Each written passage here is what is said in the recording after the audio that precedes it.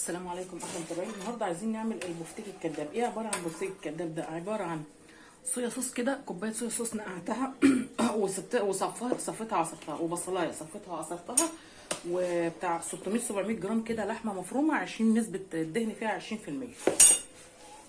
وبعد كده هروح جايبه معلقه ملح وفلفل اسود ارشها كده، ومعلقه بهارات لحمه، معلقه كبيره كده محترمه، لا مش كبيره قوي كده عشان ما تبقاش باينه وزعقه. معلقه كده ايه بهارات لحمه اهي زي ما انتم شايفين كده، ومعلقه ملح وفلفل اسود، ومعلقه دقيق علشان الكفته قصدي اللحمه المفرومه ما تفكش مني وانا بخلطها معايا اهو. يبقى كده ايه، حطينا معلقه ملح وفلفل اسود، معلقه بهارات لحمه صغيره، واهم بقى حاجه تاني كمان في الموضوع، هناخد معلقه بيكنج باودر دي زي كده علشان الكفته ما تكشش مننا واحنا بنقليها، او البفتيك اللي احنا نعمله كده ما يفكش مننا. وافضل بقى اعجن فيها لحد ما يبان لها صاحب ونشكلها كده تمام. افضل اعجن كده، هسيبكم بقى عشان ما اطولش عليكم الفيديو. وبعد ما اعجنها واشكلها هنحطها في الفريزر شويه تجمد، وبعد كده هنشوف هنعمل ايه في احلى بفتيك كداب.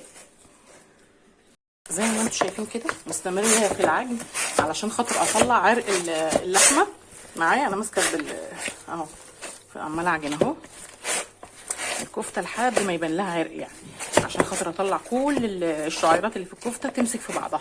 كل ما تعجني تاخدي نتيجه احسن، يعني نتيجه افضل. يعني هفضل اعجن كده لحد ما بعد كده اشكل الايه البفتيك، ونشوف هنعمل احلى بفتيك كداب. خلاص بقى زي ما انتم شايفين كده عجنت الكفته، قعدت يعني فتره كده طويله كده اعجن فيها علشان خاطر تطلع الشعيرات اللي فيها. وهبتدي بقى ايه اشكل. انا شكلت بس اول 2 وحبيت اشكل الباقي معاكم عشان نعمل شكل البفتيك تمام. ده اسمه البفتيك الاقتصادي الكداب. يبقى قلنا المقادير ايه، شايفين التشكيل كده معايا، او بتعملي شكل البفتيكه بقى الشكل العشوائي اللي انت عايزاه بقى، مستديره مستطيله مستديره، المهم ايه. وبعد كده هروح عامله سده ستريتش واحط بقى على الصف الثاني اللي فوقيه اذا يعني ما كملتش. شفتي التشكيل؟ انا بس حبيت اوريكم بس التشكيل والخطوه دي. هبتدي كده اشكلها معايا، افردها عشان تاخد شكل البفتيكيه تمام بس كده. واروح بقى شده ستريتش، وبعد كده اروح حطها في الفريزر تجمد شويه. عشان اعمل الستيك الكداب حطيت كده كوبايه من الحليب كده على بيضه وملح وفلفل اسمر، كنت قافله الكاميرا معلش، على ملح وفلفل اسمر. ويا ريت كمان لو حطينا شويه خل كمان عشان الزفاره يبقى احسن واحسن. يعني انا بحب دايما اعتمد شويه الخل دول شويه صغيرين مش كتير عشان بس الزفاره. واروح مقلباها كويس كده عشان اعمل البفتيك الكداب. طبعا انا سبت اللحمه زي ما انا شفتها كده كده معاكم وشمعتها اهو زي ما انتم شايفين كده. ببتدي اقلب بقى البيض مع الحليب مع الخل مع ملح وفلفل اسمر، وهنبتدي بقى ايه نعمل البفتيك الكداب. عشان اعمل البفتيك الكداب بقى حطيته في الفريزر شمعه كده يعني حوالي نص ساعه. لو حطيتي تحطيه اكتر من كده يبقى احسن. وطبعا الربع او ست رفعت جريل على النار كده، وهبتدي بقى انزل بالراحه كده بحذر عشان ما يتكسرش مني في البفتيك كده. تنزليه كده في البيض والحليب.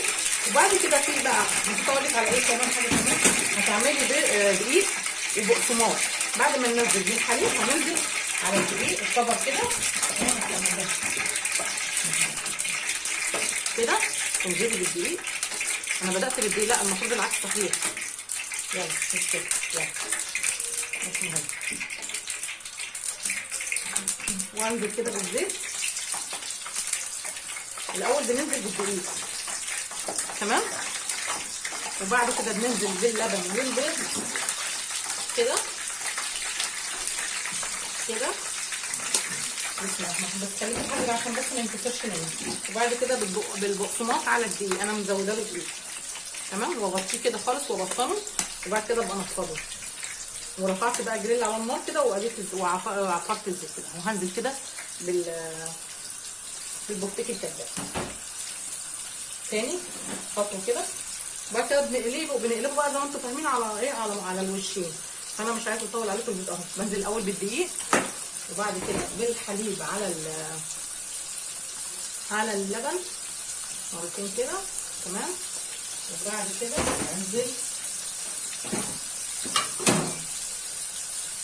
على البقسماط كده، اللي هو بقسماط على دقيق. اللي حابب يعملها بقسماط بس مفيش مشكله، بس الاثنين برضو بيدوا نفس النتيجه يعني ولا قريب، ونفضها كده كويس، وانزل كده حاطه واحده كمان اهو. بص متشمعه كده كويس اهي الحمد لله بفضل الله في الفريزر.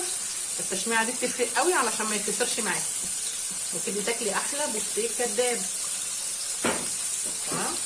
طبعا احنا بنروح ندفع بقى ارقام في المطاعم، فاحنا نقدر نعمله بقى اقتصادي زي ما انتم شايفين. بس عايزه ما تحطلوش بقى الصويا صوص، تعمليه بلحمه بس تمام مفيش مشكله.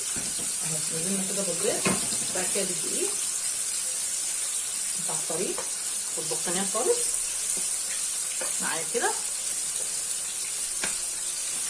انا عملت العكس على فكره برضه مش مشكله اهو.